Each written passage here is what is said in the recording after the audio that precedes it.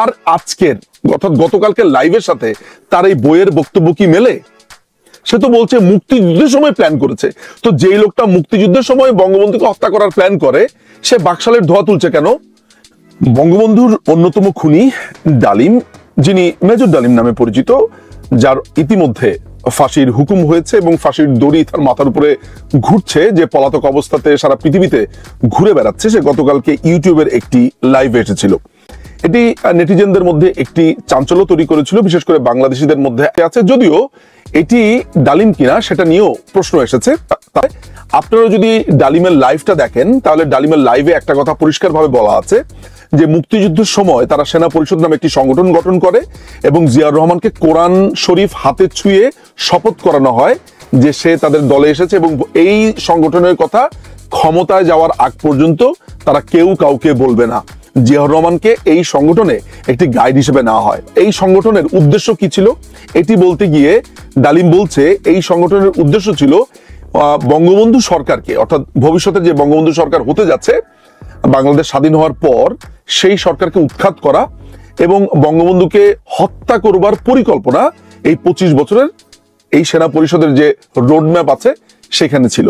যেই লোকটা মুক্তিযুদ্ধের সময় বঙ্গবন্ধুকে হত্যা করবার প্ল্যান করে, সেই লোকটা যখন তার লিখিত গ্রন্থের মধ্যে, আমি সেই বইটা দেখাচ্ছি, এই বইটার ভেতরে সে বারবার বলছে বাকশালের জন্য, রক্ষী বাহিনীর জন্য, আওয়ামী লীগের অরাজকতার জন্য বঙ্গবন্ধুকে খুন করেছে, উৎখাত করেছে, তাহলে তার আজকের অর্থাৎ গতকালকে লাইভের সাথে তার এই বইয়ের বক্তব্য কি মেলে?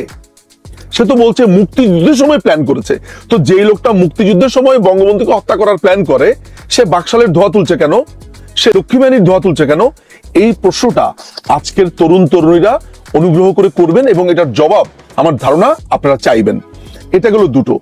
আর 3 নম্বর যেটা, সেটাও আমার জন্য অনেক গুরুত্বপূর্ণ, সেটা হচ্ছে একটা দীর্ঘ সময় ধরে আপনারা শুনে এসেছেন যে মুক্তিযোদ্ধা ক্যাপ্টেন শেখ কামাল, তিনি নাকি আপনার মেজর ডালিমের ওয়াইফকে উঠিয়ে নিয়ে এসেছিলেন। গতকালকের তার লাইভের পরে আপনারা নিশ্চয়ই নিশ্চিত হয়েছেন যে শেখ কামালের কোনো ভূমিকাই সেখানে ছিল না, এবং অনেকদিন ধরে আমরা বলে এসেছি যে ডালিমের নিজের গ্রন্থেই লেখা আছে। আপনাদের মধ্যে অনেকেই সেটা বিশ্বাস করেছেন, অনেকেই করেননি। কালকে তো আপনাদের কাছে এতটুকু নিশ্চিত হয়ে গিয়েছে যে Sheikh Kamal had nothing to do with that incident. মাথায় রাখবেন যে একটা ফ্যাক্টের ভেতরে যদি একটা মিথ্যা থাকে, একটা গোলমাল থাকে, তাহলে পুরো ফ্যাক্ট নিয়ে কিন্তু আপনার প্রশ্ন উঠবে। আমি ওই ইনসিডেন্টটা নিয়ে আপাতত এই মুহূর্তে কোনো কথা বলছি না, কিন্তু আমি ইনসিডেন্টটার পরের যেই বিচার চাইবার যেই জায়গাটা আছে বা অংশটা আছে, সেই জায়গা থেকে একটা প্রশ্ন করছি। আমি আশা করি এই প্রজন্মের তরুণ তরুণীরা সেই প্রশ্নটা তুলবেন। সেই প্রশ্নটা কি? সেই প্রশ্নটা হচ্ছে যে বঙ্গবন্ধুর বাসাতে যখন গেলেন, সেখানে বঙ্গবন্ধু পুরো ব্যাপারটাকে মিটমাট করলেন এই বলে যে প্রথমে মাফ চাইতে বললেন গাজীকে, গাজী মাফ চাইলো এবং গাজীকে যা বলার বললেন, প্লাস মেজর ডালিমকে এবং নিম্মিকে অর্থাৎ ডালিমের ওয়াইফকে এই বলে কথা দিলেন যে গাজীর বিচার হবে। আপনি সেটা বিশ্বাস করেন আর বিশ্বাস না করেন, গাজীর বিচার হবে বলে বঙ্গবন্ধু বলেছে। ডালিম ওই মুহূর্তে সেটা মেনে নিয়েছে। ওকে, বিচার যখন হবে আমি দেখি কি বিচার করে, এই তো ঘটনা। এটা সে মেনে নিয়ে সেই বাসা থেকে বের হয়ে আসলো। তার বইতে যেটা লেখা আছে, সে যখন পরের দিন ক্যান্টনমেন্টে যায়, ক্যান্টনমেন্টে যাওয়ার পরে সেখানে মেজর হাফিজ, তারপরে হচ্ছে যে আপনার জিয়াউর রহমান, তারা তাকে নানানভাবে আপনার ইনফ্লুয়েন্স করতে থাকে যে না তুমি এত সহজে মেনে গেলা। আমি বলি সেই বইয়ের অর্থাৎ তার যে বইটা আছে যা দেখেছি, যা বুঝেছি, যা করেছি, এই বইটার 448 নম্বর পাতাতে পরিষ্কারভাবে লেখা আছে যে নানানভাবে ইনফ্লুয়েন্সের পরে সে রাজি হয়েছে, না এটা তাহলে গতকালকে যে বিচার করে দিয়েছে সেই বিচার আমি মানি না, এই 3টা জিনিস করতে হবে, 3টা জিনিস করলে আমি মানি। খেয়াল করে দেখেন, আপনি একটু ভালোভাবে চিন্তা করে দেখেন যে একটা ঝামেলা হয়েছে, ঝামেলা হওয়ার পর আমি বিচার নিয়ে একজনের কাছে গেছি, সেই যার কাছে আমরা বিচার নিয়ে গেছি সে বলেছে বিচার তিনি করবেন, অর্থাৎ বিচারের অথরিটি তিনি, বিচার তিনি করবেন। রিজনেবলি যদি আমি চিন্তা করি, তাহলে সেই লোকটাকে আমি কয়দিন সময় দিব? ন্যূনতম আমি যদি ব্যক্তিগতভাবে রিজনেবলি চিন্তা করি, আমি তাকে 7 দিন সময় দিব, 7 days। মনে করা যাক আমার থেকেও আরো কম সময় দিতে অনেকে আগ্রহী, না 7 দিন দিব না, 1 দিন সময় দিবেন, 3 দিন সময় দিবেন, 5 দিন, মানে আপনারা যাই বলেন না কেন ন্যূনতম তো 1 দিন সময় দিবেন। ওই 1 দিন সময়ও বঙ্গবন্ধুকে দেওয়া হয়নি। পরের দিন ক্যান্টনমেন্টে গিয়ে তারা সেনাপ্রধান শফিউল্লাহর মাধ্যমে বঙ্গবন্ধুর কাছে চাপ প্রয়োগ করে যে তাদের 3টা দাবি মানতে হবে। খেয়াল করে দেখেন, বঙ্গবন্ধু বিচারের আশ্বাস দেওয়ার পরেও যখন এই বাড়াবাড়িটা করা হচ্ছে, সেইটাকে আপনি কি প্রশ্নবিদ্ধ করেন যে ভাই তোমারও তো উনি বললো যে এটার বিচার উনি করবেন এবং অলরেডি সেই লোক তোমার কাছে মাফও চাইছে। তাহলে বঙ্গবন্ধু যদি বিচারের কথা বলে এবং তুমি যদি সেইখানে মেনি মুখর মতো সেটা মেনেও নাও, তুমি সেই সময় প্রতিবাদ করলা না কেন? না মানি না মানি না, তুমি তো সেখানে মেনে নিলা। মেনে নেওয়ার পরে তুমি তাকে দায়িত্ব দিলা, দায়িত্ব দেওয়ার পরে তুমি বাসায় এসে বললা আমি মানি না, এটা তো তোমার ছ্যাঁচড়ামি। এবং তুমি কি শর্ত দিয়েছো সেটা একটু আমি দর্শকদের উদ্দেশ্যে পড়ে শোনাই, তোমার বই থেকে আমি বলছি। 448 পাতাতে তুমি লিখেছো যে গাজীকে তার সংসদ পদ এবং অন্যান্য সমস্ত সরকারি পদ থেকে এই মুহূর্তে অব্যাহতি দিয়ে তাকে এবং তার অবৈধ অস্ত্রধারীকে অবিলম্বে আর্মির হাতে সোপর্দ করতে হবে প্রধানমন্ত্রীকে, যাতে করে আইন অনুযায়ী তাদের সাজা হয়। আচ্ছা, একজন সংসদ সদস্যকে সংসদ পদ থেকে বর্জন করার জন্য কি লাগবে? তদন্ত করা লাগবে, সে কি করেছে সেটা অন রেকর্ডে থাকতে হবে, ডেফিনেটলি একটা প্রসিডিওর। কারণ আমি একটা এমপি কে তার নামে যা অভিযোগ আসুক না কেন, বা ডালিমের নামেও যা অভিযোগ আসুক না কেন, আমাকে একটা এনকোয়ারি করতে হবে, তদন্ত করতে হবে। আর সবচেয়ে বড় ব্যাপার হচ্ছে, ধরা যাক তদন্ত শুরু করলো, সাথে সাথে সদস্য পদও বাতিল করলো, আর্মির হাতে তুলে দিতে হবে কেন? তুই কে রে ভাই? তুই কে? তুই কি দেশের পুলিশ, দেশের আইন শৃঙ্খলা? ওকে যদি তুলে দিতে হয়, আমাদের পেনাল কোড আছে, পেনাল কোড অনুযায়ী তার নামে মামলা হবে, সাংসদের নামে যেভাবে আইনি ব্যবস্থা নেওয়া হয় সেইভাবে হবে। তোর হাতে তুলে দিবে কেন? তুই কি দেশের হর্তাকর্তা? তাহলে দর্শক আপনারা বুঝলেন যে তাদের দাবির মধ্যে ছিল তাদের হাতে তুলে দিতে হবে। মানে বঙ্গবন্ধুকে তারা গালমন্দ করছে, সমালোচনা করছে, নিজেরা যে গুন্ডামি করছে, মাস্তানি করছে, সেটা নিয়ে আপনি প্রশ্ন করেন। হ্যাঁ তাই তো, নিজুম ভাই তো এই প্রশ্নটা তুলেছে, ভ্যালিড প্রশ্ন। আপনার হাতে তুলে দিতে হবে, কারণ আপনার বইয়ের ভিতরে লেখা আছে। 2 নাম্বার যুক্তি, গতরাতের সমস্ত ঘটনা সব প্রচার মাধ্যমগুলোর মাধ্যমে দেশের জনগণকে অবগত করবার অনুমতি দিতে হবে প্রধানমন্ত্রীকে। অর্থাৎ সমস্ত পত্রিকার ভিতরে এটা লিখতে হবে, অনুমতি দিতে হবে। মাননীয় প্রধানমন্ত্রী বঙ্গবন্ধু শেখ মুজিবুর রহমান সেই সময় প্রচার মাধ্যমগুলোকে এইটা প্রচার করতে বাধা দিয়েছে কিনা তার বইয়ের ভিতরে এটা লেখা নাই, ফলে আমরা এটা জানি না। সবচেয়ে বড় ব্যাপার হচ্ছে, একটা সাবজুডিস ম্যাটার যেটা অলরেডি বলা হচ্ছে, যেটার বিচার হচ্ছে, সেটা প্রচার মাধ্যমগুলোতে এনে আপনার ধান্দাটা আসলে কি ছিল? ওই যে মুক্তিযুদ্ধের সময় আপনি 25 বছরের চুক্তি করেছিলেন বঙ্গবন্ধুকে মেরে ফেলবেন, সেটা ফিল্ড রেডি করছেন, তাই তো? আচ্ছা, 3 নাম্বারটা ভয়াবহ। সেটা বলছে, যেহেতু গাজী আওয়ামী লীগের সদস্য, সেই পরিপ্রেক্ষিতে পার্টি প্রধান হিসেবে প্রধানমন্ত্রীকে ব্যক্তিগতভাবে মেজর ডালিম এবং তার স্ত্রীর কাছে ক্ষমা চাইতে হবে। মানে বঙ্গবন্ধু ক্ষমা চাবে ডালিমের কাছে আর ডালিমের ওয়াইফের কাছে। কেন? কারণ বঙ্গবন্ধুর দলের এক সদস্য, বঙ্গবন্ধুর দলের এক সংসদ সদস্য বা একজন ব্যক্তি বা নেতা ডালিম এবং তার ওয়াইফের সাথে অন্যায় করেছে। যদিও সেটা তদন্ত সাপেক্ষে আমরা এক পক্ষীয় শুনেছি, শুধু ডালিমের বক্তব্য শুনেছি। গাজী বেঁচে নেই, গাজীর ফ্যামিলি বেঁচে নেই, কেউ বেঁচে নেই, আমরা জানিও না আদৌ কি হয়েছে। অর্থাৎ 2 পক্ষের কথা কি আমরা শুনবো কিনা, সে যত বড় অন্যায়কারী হোক, আমরা 2 পক্ষের বক্তব্য শুনবো কিনা। কিন্তু দর্শক, আপনি কি একবারও বলেছেন আচ্ছা ডালিমের কথা শুনলাম, এবার গাজীর ফ্যামিলির কথা শুনি তো আসলে সেদিন বিয়ে বাড়িতে কি হয়েছিল? আপনারা কিন্তু সেটা শুনতে চাননি, আপনারা ডালিমের কথাই বারবার বিশ্বাস করছেন। এটা একটা অদ্ভুত একটা ব্যাপার। মানে আমি যাদেরকে দেখেছি তারা এটা মেনে নিয়েছে যে আচ্ছা বুঝলাম, এটা ডালিমের কথাই মনে সত্য।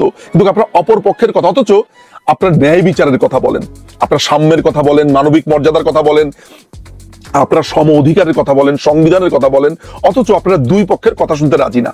এখন গাজীর করা একটা অপরাধ যদি হয়ে থাকে, ধরা যাক অপরাধ হয়েছে, সেটার জন্য বঙ্গবন্ধু ক্ষমা চাইবে কেন? আর বঙ্গবন্ধু তো অলরেডি প্রচুর সাবমিসিভ হয়েছে তাদের কাছে, এই বইয়ের ভিতরে সেটা লেখা আছে। এবং আরেকটা আশ্চর্য জিনিস ডালিমের বক্তব্য থেকে আমরা দেখেছি, সেটা হলো গাজী যখন ডালিমের ফ্যামিলিকে গাড়িতে উঠালো, ডালিমের ভাষ্য অনুযায়ী, যদিও আমরা গাজীর পরিবার বা গাজীর ভাষ্য আমরা জানি না, তখন গাজীর ফ্যামিলির যারা যারা ছিল গাজীর বাসাতে, আর্মি তাদেরকে নিয়ে এসেছে আপনার ক্যান্টনমেন্টে বা তাদের ডেরাতে। আমার কথা হচ্ছে, আমি যদি আজকে একটা অন্যায় করি, তাহলে সেটার জন্য আমার বোনকে, মাকে গ্রেফতার করা হবে কেন? তাকে তুলে নিয়ে আসা হবে কেন? ধরা যাক আপনাদের মধ্যে কেউ একজন অন্যায় করলো, কাউকে খুন করলো, যে খুন করেছে আমরা তার শাস্তি নিশ্চিত করব, তার বিচার প্রক্রিয়ার ভেতর দিয়ে সে যাবে। সেই লোকের মা বাবাকে আমরা তুলে নিয়ে আসবো কেন ক্যান্টনমেন্টে? এই প্রশ্ন কি আপনি করেছেন? ডালিম কিন্তু এই তথ্য আপনাদেরকে দিয়েছে। ফলে আমার কাছে মনে হয় যে ডালিমের এই পুরো লাইভ যেন লাইভ না, এটা তার অপরাধের জবানবন্দি এবং তার কৃতকর্মের প্রত্যেকটা ডে টু ডে বর্ণনা। তো আপনারা এই প্রশ্নগুলো যখন করছেন তখন আমি আপনাদেরকে একটা পাল্টা প্রশ্ন করতে চাই। যেই লোকটা বলছে যে আমি সেনা পরিষদ গঠন করেছি, এই বইয়ের ভিতরে পরিষ্কারভাবে লেখা আছে এই সেনা পরিষদ ছিল খুবই গোপন, খুবই তারা ভেতরে ভেতরে কাজ করতো, সৈনিকদেরকে তারা ইনফ্লুয়েন্স করতো, সৈনিকদেরকে তারা ইনসাইট করতো যাতে সরকারের বিরুদ্ধে কথা বলে। আচ্ছা, সেনাবাহিনীতে চাকরি করা অবস্থাতে আপনি যদি একটা গোপন সংগঠন করেন, আপনার শাস্তি কি? আপনাদের মধ্যে যারা আপনাদের ভাই বোন আত্মীয় স্বজন যারা সেনাবাহিনীর মধ্যে আছেন বা সশস্ত্র বাহিনীর মধ্যে চাকরি করেন, তাদেরকে একটু জিজ্ঞেস করবেন তো যে যদি সেনাবাহিনীতে চাকরিরত অবস্থাতে কোনো মানুষ গোপনে সরকার উৎখাতের জন্য, বা সরকার উৎখাত না, গোপনে আরেকটা সংগঠন করে, সে সেটা করতে পারে কিনা এবং সেটার জন্য তার শাস্তি কি? ও কিন্তু অকপটে সেটা স্বীকার করছে। কখন থেকে সেই সেনা পরিষদটা গঠন করেছে? মুক্তিযুদ্ধের সময় থেকে, যখনও পর্যন্ত অ্যাপারেন্টলি বঙ্গবন্ধু জেলে বন্দী, মানে বঙ্গবন্ধু জেলে বন্দী থাকা অবস্থাতে, পাকিস্তানের জেলে বন্দী থাকা অবস্থাতে তাকে অপরাধীও বানানো হলো এবং বঙ্গবন্ধুকে উৎখাতের ষড়যন্ত্র করলো। এখন আপনি আমাকে বলেন যে আমি আপনাকে কি বলবো? একটা মানুষকে আপনি দেশ শাসন করবার কোনো সুযোগ না দিয়ে তিনি বন্দী থাকা অবস্থাতে আপনি ধরে নিলেন যে তার বিচার করতে হবে, তাকে উৎখাত করতে হবে, তখনও মুক্তিযুদ্ধ চলছে। আমি আপনাদেরকে আর কি বলবো, আর কতভাবে বোঝাবো? যদি আমার মনে হয় যে ইউ আর স্মার্ট এনাফ, আমার ধারণা আপনারা এটা বুঝেছেন, এই প্রশ্নগুলো আপনারা করবেন। তার মানে সে একটা গোপন দলের সদস্য ছিল এবং সেই গোপন দলের সদস্য স্বীকার করছে। আরেকটা ইন্টারেস্টিং তথ্য আমার মনে হয় আপনাদের জন্য একটু দেওয়া প্রয়োজন, যেটা আমার কাছে আরো বেশি গুরুত্বপূর্ণ। সেখানে হচ্ছে যে তার বন্ধু এসপি মাহবুব, এইটা কালকের লাইভে বলেনি কিন্তু তার বইয়ের ভিতরে লেখা আছে, তার বন্ধু এসপি মাহবুব একদিন ডালিমকে ডাকলো, ডেকে বলল যে দেখো আমরা সিরাজ শিকদারের পার্টির, অর্থাৎ যেই পূর্ব বাংলা কমিউনিস্ট পার্টি বলছি তো, সর্বহারা পার্টির সিরাজ শিকদারের একটা পার্টি ছিল যারা বাংলাদেশের সেই সময় ফাঁড়ি লুট করত, সংসদ সদস্যদেরকে খুন করত, আওয়ামী লীগের নেতাকর্মীদেরকে খুন করত, ধর্ষণ করত। এই বই সেটার বর্ণনা আছে, যদিও ডালিম বলেনি এটা কারা করতো, কিন্তু এই অপরাধের বর্ণনাগুলো আছে। এখন যখন সেই দলের কয়েকজন সদস্যকে ধরা হলো, ইন্টারোগেশন সেলে তারা ডালিমের নাম বলেছে যে ডালিম তাদের সাথে আছে। এসপি মাহবুব তখন ডালিমকে ডাক দিয়ে বলল যে দেখো ডালিম, আমি এই অপরাধীদেরকে ধরার পরে ওদের নোটবুকে তোমার নাম পাওয়া গেছে, প্লাস তারা তোমার নাম বলেছে। মাথায় রাখবেন, এটা কিন্তু আমি বানিয়ে বলছি না, এই বইয়ে বলছি। এই বইয়ের কত নম্বর পেজে? এই বইয়ের 469 নম্বর পেজে যা দেখেছি, যা বুঝেছি, যা করেছি। এটা কত এডিশন? এটা হলো আপনার 2004-এর এডিশনের যে বইটা নবজাগরণ প্রকাশনী থেকে বের হয়েছিল, এটা মনে হয় এখন অ্যাভেলেবেল পাওয়া যেতে পারে। আচ্ছা, ডালিম তখন তার বইয়ের ভিতরে লিখছে যে আমি এই কথা শুনে ভরকে গেলাম, অর্থাৎ আমাকে যখন বললো যে সিরাজ শিকদারের যে কোনো সময় সিরাজ শিকদার গ্রেফতার হতে পারে, তার বিপদ হতে পারে, সে তখন এখানে বলছে আমি সাথে সাথে হাই কমান্ডকে জানিয়ে দিলাম। এখন আপনি আমাকে বলেন বা আপনারা আমাকে বলেন যে একজন সেনাবাহিনীর অফিসার, তার সাথে একটা খুনের ডাকাত পার্টি সিরাজ শিকদারের সাথে যোগাযোগ, যদি যোগাযোগ না থাকে তাহলে হাইকমান্ডকে সে কিভাবে জানিয়ে দিয়েছে? এখানে লেখা আছে বইয়ের ভিতরে, কি লিখেছে? সংবাদটা যত তাড়াতাড়ি সম্ভব সংশ্লিষ্ট মহলে পৌঁছে দিতে হবে, সাবধানের মান নেই। পরদিনই খবরটা জায়গা মতো পৌঁছে দিয়ে সাবধান করে দেওয়া হয়েছিল। তার মানে এই ডালিম, এই খুনি ডালিম, বঙ্গবন্ধুর খুনি ডালিম, তার সাথে শুধু সে সেনা পরিষদই গঠন করেনি, সে সিরাজ শিকদারের পার্টিও করতো, তাদের সাথে সংযোগ ছিল। এই মোটা দাগে এই প্রশ্নগুলো করলাম, আরো অনেক ছোট ছোট ছোট ছোট ইস্যু নিয়ে আপনার সাথে আলোচনা করা যায়, কিন্তু মোটা দাগে এই প্রশ্নগুলো আমার মাথায় এসেছে এবং আমার মনে হয় এই প্রশ্নগুলো ডালিমকে করা দরকার। এছাড়াও সে বলেছে যে শহীদের সংখ্যা নিয়ে কথা বলেছে, বুদ্ধিজীবীদেরকে হত্যা নাকি ভারতীয়রা করেছে, পাকিস্তানিরা করেনি। মানে পুরো শরীরের ভেতরে সে মুক্তিযুদ্ধের তকমা নিয়ে ঘুরছে, বীরুত্তম নাম নিয়ে ঘুরছে, কিন্তু এই খুনিটা কমপ্লিটলি মুক্তিযুদ্ধকে অস্বীকার করে, কমপ্লিটলি সে মুক্তিযুদ্ধকে মানে না। মুক্তিযুদ্ধ চলা অবস্থাতে সে বঙ্গবন্ধুকে হত্যার পরিকল্পনা করেছে। তাহলে বঙ্গবন্ধুকে খুন করার পরে খুনিরা যে বারবার বলেছে যে আমরা উনার শাসন আমলের অনেক বাজে পরিস্থিতি দেখে খুনের পরিকল্পনা নিয়েছি, আমরা বাকশালের কারণে করেছি, উনি একনায়ক হয়ে গিয়েছে সে কারণে করেছি, তাহলে তো সবকিছুই মিথ্যে কথা। মুক্তিযুদ্ধের সময় যদি তাকে হত্যা করার পরিকল্পনা করে জিয়াউর রহমানকে কোরআন শরীফ হাতে ছুঁয়ে, তাহলে আর বাকশাল, উনি এক নায়ক, এই আলাপগুলো আর কেন আসবে ভাই? এই প্রশ্নগুলো আপনি করেন, এই প্রশ্নগুলো আপনাকে করতে হবে। লাস্টে শুধু একটা কথা বলি, একটা না দুটা কথা বলি। একটা হচ্ছে যে তিনি বলছেন যে বঙ্গবন্ধু ইংরেজি ভালো বুঝতেন না, সে কারণে নাকি সিরাজুল হক তাকে 3 লাখ বলেছে, তিনি 3 লাখকে 3 মিলিয়ন মনে করেছেন। কিন্তু আশ্চর্য হয়ে যায়, রাশিয়ান পত্রিকা প্রাভদা 2রা জুন তাদের নিজস্ব পত্রিকাতে প্রকাশ করে যে 30 লক্ষ হত্যাকাণ্ডের শিকার হয়েছে, যেটা পরবর্তী সময় অবজারভার এবং মর্নিং নিউজ একটা পত্রিকা ছিল, তারা এটা পাবলিশ করে যে প্রাভদার বরাত দিয়ে, যে প্রাভদা 30 লক্ষ বলেছে। এবং বঙ্গবন্ধু বলার আগে তাহলে রাশিয়ার পত্রিকা 30 লক্ষ বলেছে, তার মানে বঙ্গবন্ধুই প্রথম না, তার মানে বঙ্গবন্ধু এই 30 লাখ আলাপের কথাটা তোলেন নাই।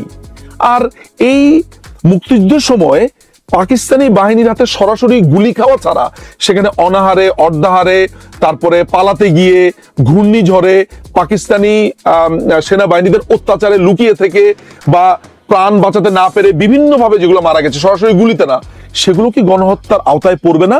যে ওই কাজটা না করলে এইটা হতো না? এই কথাটাও বা এই প্রশ্নটাও আমি আপনার প্রতি ছুড়ে দিলাম। শেষ কথাটা আমি বলবো যে বিএনপি আমলে ডালিমের ব্যাপারে একটি দুর্নীতি তদন্ত হয়। দুর্নীতি তদন্তটা কি? ডালিম কেনিয়াতে হাই কমিশনার হিসেবে ছিল, সে হাই কমিশনের নাম ব্যবহার করে মদ আমদানি করত এবং হাই কমিশনের টাকা দিয়ে মদ কিনে সেগুলো আবার কেনিয়াতে বিক্রি করতো, নাম্বার 1।